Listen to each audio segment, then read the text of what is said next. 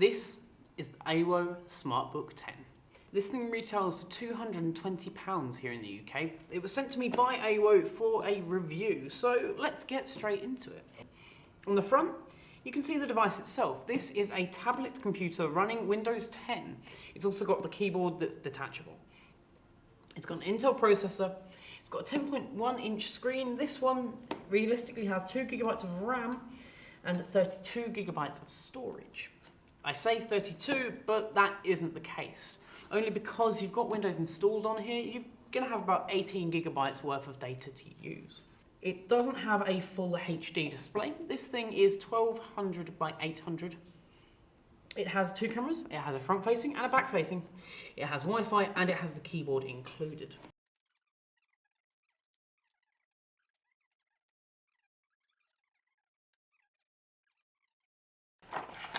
You're going to see up here you've got your camera cutout.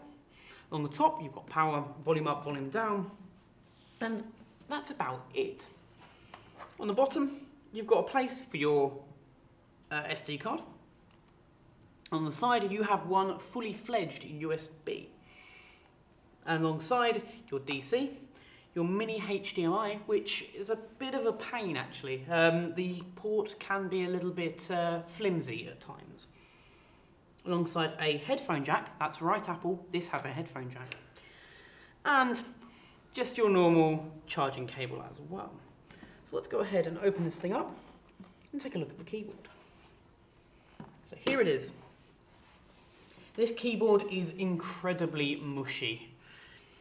And you've also got your trackpad along the bottom there, which I think might be the world's smallest trackpad. So, as I noted, this thing is also a tablet. So what you can do is just grab it from the top, give it a slight pull. It really doesn't need much effort at all.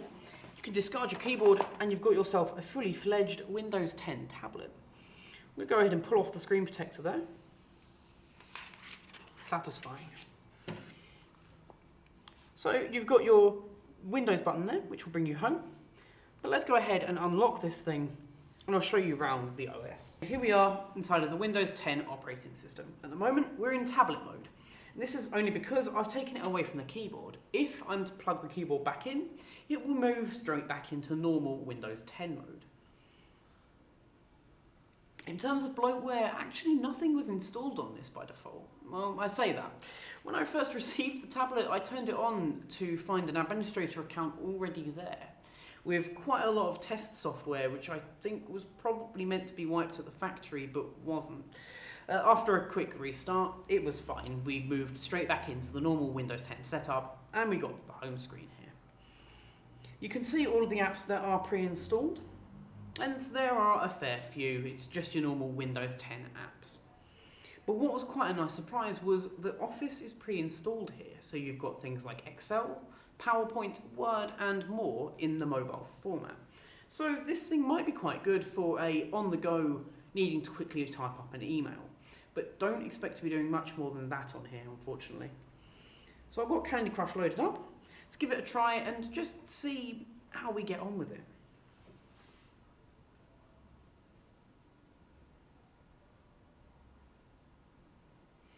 So performance in this kind of game is surprisingly good, but I would expect that because each of these apps are Windows optimized. They're optimized for this kind of display.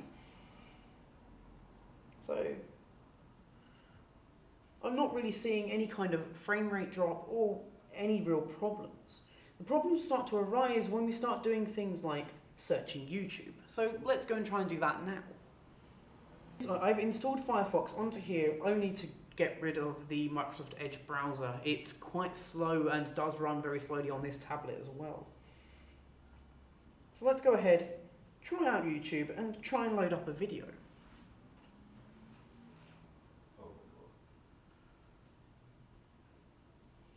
So as you can see there, load times weren't great. But let's try and load up Lou here for one of his videos.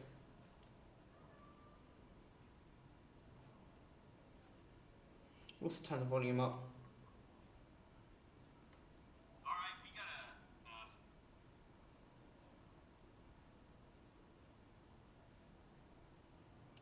That's undesirable.